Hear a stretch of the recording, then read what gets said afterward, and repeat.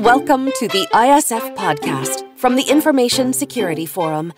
The ISF podcast is hosted by ISF CEO Steve Durbin, and every episode he brings listeners features timely conversations, practical insights, and resources for global cybersecurity professionals. I'm producer Tavia Gilbert. In today's episode, Steve speaks with Dragos Tudorache, a member of the European Parliament and co-architect of the EU's AI Act. Dragos explains the thought process that went into developing the new legislation. He also shares with Steve what organizations can expect and how they can prepare for its implementation. Dragos, thank you very much for joining me on the podcast. It's great to have you. Many thanks for the invite. Now, you're one of the architects of the EU's AI Act, and you're looking at writing AI regulation in an innovative, what you've referred to as hybrid way. In fact, you've said that you want it to be a model for how we write the rules of AI on the world stage. Tell me a bit about that. What do you actually mean by that? Well, it's a hybrid because we've been playing at the beginning, first of all, with the question that everyone is asking, do we have to? Is it necessary to come with hard rules on AI? Ultimately, still a tool, even if it's a sophisticated one, but still a tool. And how do you regulate technology? How do you regulate tools in general? And isn't it enough to just set some principles, voluntary commitments as being used in other jurisdictions, and then work with the industry, work with the players in the market to achieve what you want to get at the end? And our analysis, and this has already been done some years ago, 2018, 2019, was that voluntary was not enough, and that looking at the back then potential risks, in the meantime, many of those potential risks have become actual risks. To mitigate them, to address them, to induce trust and confidence in society in how this technology is interacting with the lives of people and with the economy and also with democracy and geopolitics, you need some standards, you need some rules of the game. And those rules of the game have to be written into law. This was the philosophy on the EU side. And it is hybrid because at first it was imagined by the Commission as a product safety regulation that just regulates the market and puts some safeguards for that. But in the meantime, and also very much in the conversations and the debates and the internal processes in the Parliament, it has grown to be much more than that, because we looked at also risks, the broader risks to society, to democracy, what it does to our electoral processes and democracy. And therefore, it has moved from being just a product-based to being this very comprehensive horizontal set of rules, set of norms for how AI is being used in our society and economies. And again, because it is the first one, it is the first comprehensive attempt to set these rules, it does play a very important role in the broader global conversation on AI. You've mentioned that it is now very much more broad-reaching than you had originally intended. What are the implications of that for member states and also for those that are not within the EU? Well, I think the big challenge of this text is to, and that's also very much a concern for our, let's say, internal EU market, is how you balance out the interest to protect those rights that you want to protect, those values that you want to protect in society and the individual's rights that you want to protect, and at the same time create space for innovation. So allow your economies to benefit from AI, allow an industry to grow and develop AI tools, because this is the future, right? So for our EU market, getting this balance right, giving that confidence to the consumers, to the citizens, that this is something that is not harming their interests, while at the same time giving the industry and the economic actors the space they need to innovate without unnecessary hindrance and burden of compliance, is the most important balancing act we need to do right now in the regulation. For the outside world, it represents a standard. It represents a standard, first of all, in the absence of other standards, but It also represents a model of how to tackle technology in a space at a global level where you have some other models. You have a Chinese model, which puts the state at the very top and the interests of the state controlling society, because this is how it understands its role vis-a-vis its citizens.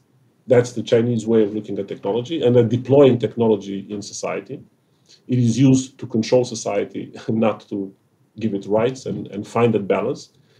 And then one would say, not necessarily divergent, but a different take on the US side, where it was the economy and the big players that have been driving a lot of the standards without an intervention from the state. And many say that these three models are in competition. At least as far as the US and the EU model, I don't see a competition, or at least I would like to see that we are striving to have convergence rather than competition, because ultimately, I think we have both grown to, maybe admire is a strong of a word, but to understand the benefits of the other's focus. I think on our side, on the EU side, we realize then we have to invest in this realization even more, that you cannot do it top down. You have to work with the industry. You have to work with your economic actors if you want to, number one, understand exactly what happens with AI, if you want to understand exactly what the consequences are, if you want to understand how the evolution is going to go. And also in terms of enforcing, you have to build in a mechanism of co-generation, of adapting constantly the rules to stay in sync with how the technology evolves. So I think the European way of doing regulation, of addressing this, has to also get educated from the way the US has been developing ecosystems for technology over the last decades and how they have addressed this up to now. While at the same time, I think on the US side, at least from the conversations that I've had with many policymakers in the US, I think they also start looking at what society expects, at the safeguards that they understand they need to put in place for society to trust, to have confidence in the way the big players in this market operate, in the way these tools are interacting with their interests. And I think the idea of introducing safeguards and of balancing those safeguards with the interest to stay on top of innovation and on top of growing this industry is something that also on the US side they need to address. So in fact, I'd like to say that the two models are growing towards each other. And at some point, in fact, we will achieve a level of functional equivalence that would be beneficial, first and foremost, for companies who will not have to play with two different standards when addressing the US or the EU market, and therefore, afterwards, rolling further the rest of the global market. Because if we will be having an equivalent standard in the US and the EU, that will, I would say, almost by default become a global standard. Right. And will also benefit citizens and the effort to have a streamlined governance at a global stage when it comes to how we regulate this technology. Now, one of the things that traditionally has been a challenge when it comes to regulating technology is that technology evolves so very quickly and the process of legislation has traditionally been rather slow.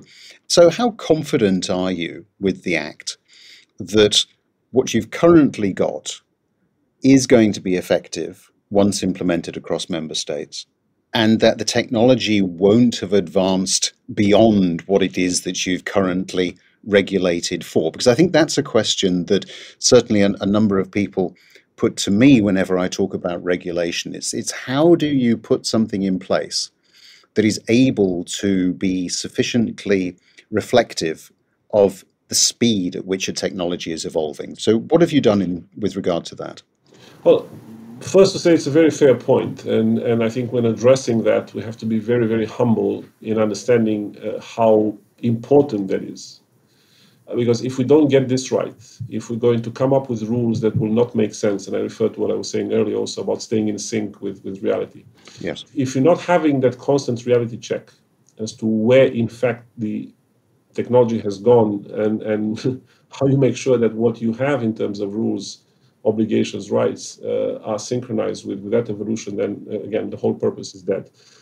How and what do you do to achieve that? First of all, of course, it's in the way you write those obligations and making them as technology neutral as possible. In other words, when you formulate an obligations of transparency, for example, you do it in a way that would apply to the technology today, and it will apply the same way to the technology of tomorrow, even if it has grown or changed or morphed 10 times until, I don't know, you will knock at their door again. but whether or not you have to show me the data that you use to train the algorithm, for example, that obligation sounds the same, right? And that is valid for many other. We are working with legislation from 100 years ago, not that the economic or social relations haven't changed or haven't evolved, but the core of the obligation or the rights that you have in a piece of legislation remain the same. So that is one way. So certain parts of the text which could be made technology neutral, we've done so, and we've made sure that the formulation of the obligations is in a way that will stand the test of time. But inevitably, when you deal with technology, there are also technical parts in the text, where the criteria, for example, that differentiate between certain category of models or applications of AI versus others, or technical descriptions of some of the use cases of AI that you want to put in the category of high risk or the prohibited practices. So all of those things are technical in nature, and therefore they are not technology neutral. So for those ones, what we have done and what we are doing is to introduce mandates in the text that allows for the future governance that we will set in place with this act to constantly adapt the text to stay in line with the evolution of technology. For example, the list of use cases that will be high risk under this regulation. We understand that that cannot be fixed in time because either there'll be new use cases appearing that will justify that they would be put in the list, or maybe practice will show you that one of the use cases that now you thought would be inducing certain risks, in reality, it doesn't. Right. Or that it has evolved in a way that you need to tweak the way you've described it, or the criteria that you use to differentiate between what is high risk and what is not. So for those aspects, we are giving a mandate so that the future governance working, and that's a very important point. We have introduced ourselves in Parliament a provision that links to the governance structure an advisory body. An advisory body where we want to see a structural dialogue with the stakeholders, industry, civil society, academia, consumer groups. So all those that understand both the evolution of technology, but also its consequences upon deployment, so that they constantly feed their reality, their version of what and where the technology is at a given moment in time, feed it to those that are meant to do those adaptations, so that whenever you trigger an adaptation of the text, you do it knowing very well what the reality is in the market at that very moment in time. And I think that with the combination of these two, securing obligations that are technology neutral, with mandates to adapt the text, and by the way, these adaptations will be done quite quickly. There's a special process in the EU legislative machinery which is called comitology, where only based on experts' advice you can initiate changes of certain parts as long as you have the mandate in the original text, parts of the text, so that you do it rather quick, based on expert input, and therefore keep the legislation alive and relevant. Fantastic. Let's move on now to talk about privacy and civil liberties. I mean, one of the big concerns or a big discussion point when it comes to potentially problematic use of AI is actually about how governments and law enforcement might use it in a way that encroaches on civil liberties and indeed on privacy. How do we ensure that citizens' rights are protected in that instance? Well, first and foremost, if one takes a look at what we have identified in this text as high risk, a good part of them actually has to do exactly with the issue of privacy and rights, and often also with the intersection between the state's interest, sometimes legitimate interest to protect our security, but also the intersection between those interests and the interests of individuals to have their lives being led as they see fit without unnecessary and undue interference. So again, already in the way we've designed some of the use cases that are high risk, and high risk means what? It means that they will come with a burden for those developing or deploying, a burden of transparency, of accountability, of explainability, so that I as a citizen, you as a citizen, we know that this tool that interacts with us and with our interests, whether it's it's an algorithm that decides whether I get to have a pension or I don't, or I get to have a social benefit or I don't get to have a social benefit. So that all of these AI-powered tools that the states will be using more and more in the future are tools that I can trust. I understand how they're trained. I understand the instructions that were given to them. I am being reassured that through transparency, that there was no bias in those data sets, there was no bias in the instructions that were given to the algorithm, so that I can trust it. But it's not only that. There has to be more in terms of safeguards from my point of view, from our point of view as Parliament, and that's why we've introduced redress, for example, something that did not exist in the initial proposal of the Commission. But we've introduced an individual redress. Every citizen will have the possibility to basically sue companies or the state and actually seek redress for any harm that they would consider an AI has given to them.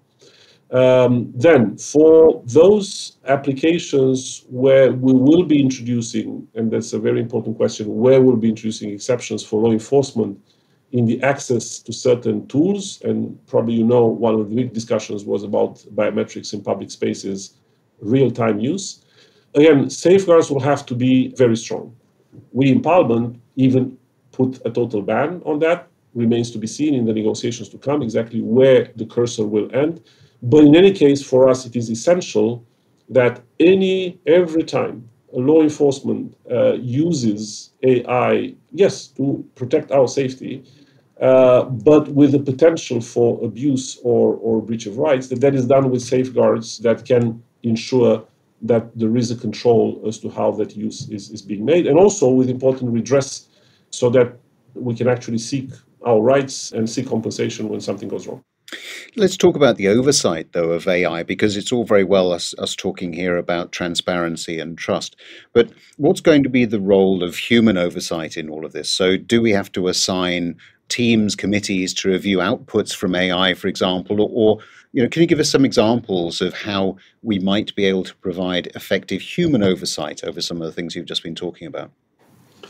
Yeah, well, first and foremost, the concept of human oversight, or human in the loop, as we call it, for all of these applications that would be high risk. So basically to make sure that you don't only trust the recommendation or the output that comes from a machine, even if you have taken upstream some obligations and you have done also your duty of care in terms of how you have trained the algorithm, how you have instructed the algorithm to make sure that you do away as much as possible with bias or discrimination or any of the harms that are potential in the deployment of these tools. Also, what we're saying with this legislation is that there always has to be a human responsibility at the very end of the process. You cannot simply take on recommendations that come from an algorithm and use them to determine someone's interests and someone's rights. So that element of human oversight is key. And then there's the issue of enforcement, which is also very important, which is that and we're not putting a blanket obligation and a blanket enforcement on all AI, but it's for those high-risk applications that are being identified in the text as such, where the enforcers, both at national level and at EU level, will have the possibility to constantly stay on top of how the deployment is going. And then in an interaction with the developers or the deployers, they can correct mistakes that appear in the applications. They can go all the way to basically taking applications off the market if the corrections are not satisfactory. And there's also a very, I would say, dissuasive regime of sanctions and fines that can be applied in case corrections in that interaction do not happen. I think one of the other things that people often question me about is just whether or not we are actually able to be in control of the speed at which AI is evolving. And earlier in the year, a number of AI and tech leaders, as you know, signed a letter calling for a pause on further development of AI systems for a period of months. And the letter said in particular that developers are locked in an out-of-control race to develop and deploy even more powerful digital minds that no one, not even their creators, can understand, predict, or reliably control. What are your thoughts on such efforts to slow down the development of AI? Is it something that we should be doing until we get a better feel for exactly how powerful this range of technology and systems could be? Well, I would agree with them and their concerns fully. I would even co-sign their letters and appeals if we were to do nothing. So if we were to remain idle as policymakers and simply say, like some political leaders did say in the past, that, well, AI is a nascent technology, it does wonderful things, which it does, by the way, and therefore we don't have to worry, we don't have to do things at all right now as policymakers. This was the case for many jurisdictions only 6-9 months ago. In the meantime, ChatGPT happened. In the meantime, large language models, foundation models have sprung to life. And really, finally, I would say, open the eyes of everyone around the world as to not only the potential, the benefits of AI, but also risks. Some of them, fundamental risks. Some of them, as many have underlined, existential risks. So again, if we were to then do nothing, then I would be very worried. And in fact, I and the team of shadow rapporteurs have even replied ourselves with an open letter to those letters in spring. And that's exactly what we said, that yes, we agree with you that these risks are real. They warrant a very serious debate in our societies, but that the response to it is that we have to take our responsibility as policymakers in all of the jurisdictions around the world and start committing for some clear safeguards, some clear guardrails to orient, again, not to stop, not to pause, because I don't believe in that pause either. I mean, again, this is helping the growth of our economies, it's helping the growth of our societies. These are good tools, these are good technologies, but we just have to make sure that we signpost their evolution in the right way so that they can actually bring their benefits while minimizing the risks. That's ultimately what we're trying to do. So the fact that now you have an AI Act in Europe, the fact that now there is an executive order in the US, the fact that you've had processes since spring, starting with G7 in June, the Hiroshima process that was launched in June. We've had the Safety Summit in London just a week or so ago. So again, now the world is moving. There is, I think, a growing consensus, even I would say, that there is a need to have a serious global conversation on AI governance. And for me, this is what we need to do. And if we do these things, and if we all also strive as much as we can to achieve what I was mentioning earlier in terms of functional equivalence or interoperability between the different governances that we will be setting up in different jurisdictions around the world, then we would be serving, in a way, our purpose. And then you don't need to consider pauses in the evolution of technology because you have already put in the right safeguards in place to make sure that that evolution does not need to be paused because it's already nicely oriented in the direction that you want. We've got now the EU's AI Act, which is being discussed or going to be discussed much more widely across member states. What are the next steps? Explain the future for listeners here in terms of what can we expect to see next in terms of the AI Act being rolled out? Well, we are now in the final stage of the negotiations. And if all things go well, by the end of this year, those negotiations will end, which means the text will be adopted. It doesn't mean that it will come into force immediately, because we realize that there is a need for a gap period for companies to ensure compliance, to roll up their sleeves and get what they need to get in order to be compliant with the text. But also the regulators themselves at national level, at the European level, will need time to gear up, find expertise, prepare for the implementation. It's a complex machinery, it's a complex text, and therefore it needs to be well prepared. So there'll be somewhere between a year and a half from the moment of adoption, again, sometime at the end of this year or early next year, to the moment when the rules will actually come into force. There is discussion as to whether we can think of some sort of intermediary mechanism where we incentivize early adopters to start already complying before it becomes mandatory in a way. Mm-hmm. And that is something that the Commission is envisaging, fashioned a bit along the lines of what was done with the DSA. Mm-hmm. Again, with some carrots along the way, with some incentives for the early adopters to find it interesting for them to comply earlier. But in any case, again, by 2025, that is when most likely the legislation will become letter of law, will come into effect. And in the meantime, from now until then, the other thing we need to do, other than, of course, preparing for that moment when the regulation kicks in, is to continue to invest in this global convergence. I cannot stress enough how important it is. And that also means preparing work together on technical standards, because by the time from now adoption to the moment when it comes into effect, the standard setting bodies at European level will have to work to prepare technical standards to translate in engineering language, basically, what the lawyers are saying in the legislative act. That's a very important work, and that also ideally has to be done in alignment with efforts to write standards on the US side, but also more globally. Because if we're sure, it's something that I always say, if we have this political alignment in terms of the big objectives, the big direction of travel, and we also have alignment at the technical standard level, then we can also absorb easier the potential differences that we will have in how we legislate, which will exist. Inevitably, there will be differences in the way we legislate, either in terms of content or pace of legislation, but with aligned standards and with a common vision, then the predictability for our companies, the predictability also for consumers is something that would come much easier. Dragos, it's been a pleasure listening to you explain the Act and also, I think, giving us that insight into what the future looks like and stressing some really important points around transparency and trust, which are absolutely fundamental to the adoption of AI. So thank you very much for taking the time. Thank you. Thanks again to Dragos Tudorache for today's conversation. ISF member listeners, be sure to log in to ISF Live to access our most recent research on artificial intelligence and machine learning, securing operational machine learning systems.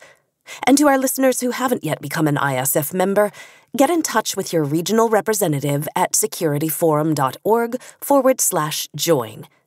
We'll also link to several recent ISF podcast episodes in the show notes that center around AI and machine learning, and next week we're bringing you an episode focused on AI and the board, so stay tuned.